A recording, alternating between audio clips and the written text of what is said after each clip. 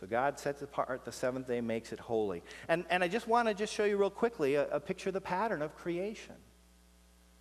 We have this pattern that we picked up, and I shared with you, is in that verse in verse 2. Now the earth was without form and void, or unformed and unfilled. See how that's happened. It was formed, and then it was filled.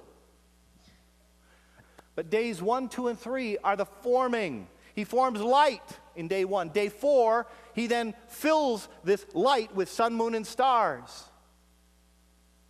Day 2, sky and sea. He fills them with sea life and birds. Day 3, land with plants, and he puts animals and humans on the earth, ready to feed them. Now, you need to understand that this pattern of creation conflicts with any evolutionary thought. Evolution teaches that marine creatures evolved millions of years before higher plant life. So fish before trees in evolution, not according to the Bible. Birds were one of the last evolutionary steps, but in this, they're just after fish and well before all of the land life. And typically they go insects, amphibians, reptiles, and then mammals. And we just don't have that order here. The other thing you note, everything was created mature. Adam would have stood before you, a fully mature man. And if at the end of this day you had asked him how old he was, he would tell you, I am one day old. Did he look one day old? No. How old is that tree over there that has the fruit you're supposed to eat? 2 days. Back to day 4. All this grass, I know grass grows quickly around here, but we're going to see that in a few weeks. 2 days. He didn't create babies, immature things. They were created mature. So how is it people could read this? I mean, as you read it, just be honest. As you read that, doesn't it sound like it's talking about God doing all this in a week? That would be the natural way you would read this. You'd say it's an amazing week, but he's an amazing God. So, how do we get more time in there? Well, let me give you the alternate views for the days of creation. First, there are those who argue that this record, while it may not look like it, is actually the record of ages. It's sometimes called the day-age theory. This idea is that each day represents a long, long, long, long period of time. After all, in Genesis 2:4, it says, in the day that God made the heavens and the earth, and he seemed to make them in more than one. And in Joel 2:31, we speak of the day of the Lord, and most of our views of prophecy see the day of the Lord as a period of time, not a 24-hour period. 2 Peter 3:8 says a day with the Lord is as 1,000 years, and 1,000 years is a day. But as a number of people have pointed out, even if that were the case, creation could not be more than 13,000, 14,000 years old, not millions and billions. But day sometimes means something else. Couldn't be a solar day, they would say, because the sun wasn't even created till day 4. So there's no sun to measure a solar day. And God is still resting. God's not making anything else. He's still resting. So day 7 must be continuing, which means day 7's a whole long time. So what about 1 through 6? Problem is, the use of the word day argues against this use, especially when it's used with numbers. We'll talk about that in a minute. The order of these ages would be problematic. Plants would have to wait at least 2 ages for insects to pollinate them. The evening and morning cycle, if that really were true, would indicate long periods of dark, also a problem for plants. If you don't think so, put one in the closet and check it in 10 years. Exodus 20:11, which is the basis in the 10 Commandments for the Sabbath regulations, tells us, for in 6 days God made the heavens and earth and all that is in them. That would certainly be the understanding of the Israelites. Oh, and by the way, it says, and he rested on the seventh day, past tense. It doesn't say he continues to rest. It says he rested. He created, past tense. He rested, past tense. In seeking to harmonize this with evolution and fossils, which some of the day-agers do, you'd have to have death before Adam and Eve's sin. If you're talking about these ages and things dying and being, becoming fossils, you'd have to have death. Now, there is one variation of the day age. Some call what I just described the age day, and others that would call this the day age, and some call this the punctuated days. That is, each day is 24 hours, but after the 24 hours are over, then there's a long age, and then there's another 24-hour day, then there's a long age. Same problems. The one advantage is that, okay, they've at least been fair with the 24-hour days. That's the better use of the word. But it has the same problems as the day-age view. Then there's a view called the literary framework view. I love this. There are a number of different ideas behind this. I think one of the most interesting is that some people believe that Moses had 7 visions on 7 different days. And that each day here is not the day of creation, it's the day that Moses had the vision. The first vision he had was of light and dark, and then the second vision he had was of this. And so it's just a literary framework. It's how God either revealed it, or others see it as a literary framework where they just tried to create a way of encompassing everything. And since 7's the perfect number and a week is 7 days, well, let's break it down this way. It's just more of a literary device. The language of the text would argue against this because it keeps looking like historical prose, and it keeps moving forward. This phrase, then God said, then God said, then God said, just keeps running through the whole thing. And by the way, Hebrew people would not have thought this way. It would take a very modern mind to come up with this idea.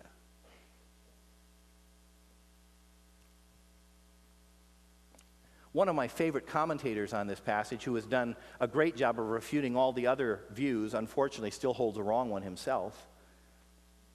He argues for, and a number of other people do argue for, what they call creation days. That God actually did these things in 7 days. However, the days are what he calls analogical to ours. God isn't bound by time, so yes, he did these things but in our measurement of time, it's kind of that whole day of the Lord is 1,000 years. It may have taken a long time, but it didn't look like it because there's no real sense of time in God's presence. The days can't say if they're long or short. They could accommodate significant time if we were measuring time from a human perspective. He thinks that Hebrew people could easily conceive of God's days as being longer or shorter.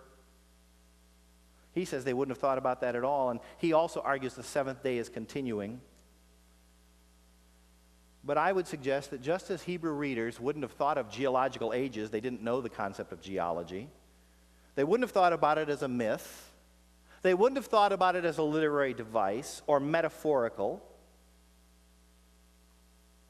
I don't think of people who actually used this language would have looked at the way the language was used and said, okay, it normally means this, but we're going to have to figure something different out here.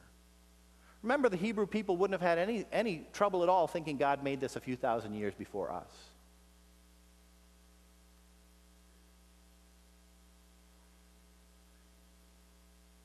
And once again, I would point you to Exodus 20:11, the past tense of God made and God rested. So why do we hold to historic days, 24-hour days, consecutive to one another? That's the historic and biblical view. It's been the view that most have held down through history, and some try and point out that, there were some church fathers who had different ideas. Yeah, but this is the wonderful thing about church fathers. I could find a church father prove just about anything. And I love church history. But you know what? People down through the ages have made what we call in theology boo-boos. And even people who get lots right can get something wrong. So, why do we hold this? First, the word day. Well, it can mean A period of time, or it can mean a 24-hour day. But what's interesting is you have to determine that based on its usage. And the interesting thing you will find is that in this passage it's used a couple of different ways. It's used for the period of light as opposed to darkness. He called the light day, and he called the darkness night. So there's one distinction, one way to use the word day. The days are numbered in order. This is significant. And we get criticized. You say, oh, you hang so much on this. But friends, it's so important. I didn't create a screen with all the references, but I just went through the book of Genesis, and I can tell you the word day is used over 100 times in Genesis. But can I tell you that every single time there is a number with it? First, second, 7, 9, the third. Like Genesis 6:3, 7:4, 7:10, 7:11, 7:12, 7:17, 7:24, 8:3, 8:4, 8:5, 8:6, 8:10, 8:12, 8:13, 8:14, 9:29, 11:32, 17:12, 21:4, 22:4, 24, 55, 25, 7, 27, 45, 30, 36, 31, 32. You're getting these down? Every single time, it means a 24-hour period. If hundreds and hundreds of times a word means this every time it's used this way, you better have an awful good reason for saying we ought not to use it that way here. It's the same in Exodus and Deuteronomy. And friends, what would there proceeded to be evening and there proceeded to be morning mean? And the Hebrew is so clear. It's the idea that it says there was evening and there was morning. What it means is evening came along. And then morning came along. A day is over and a day has begun. The first, the second, the third. Friends, I believe that the text, the understanding of Hebrew people,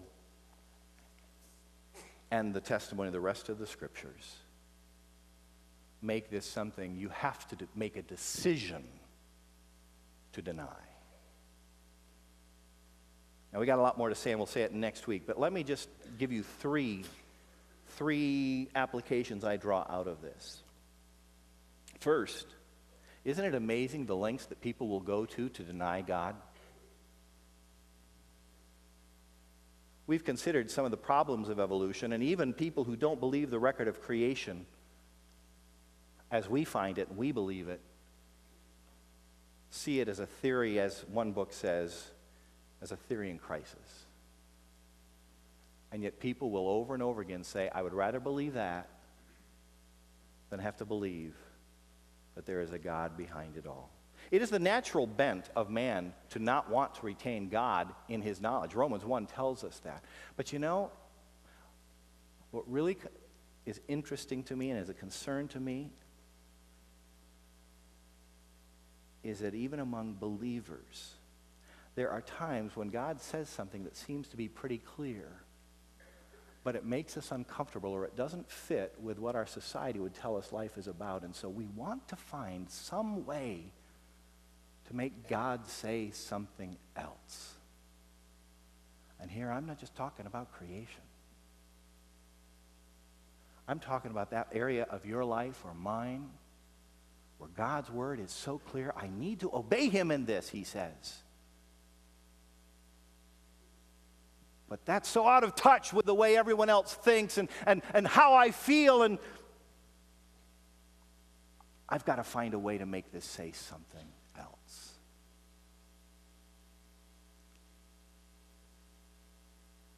And then, as I prayed at the beginning, I just close with this.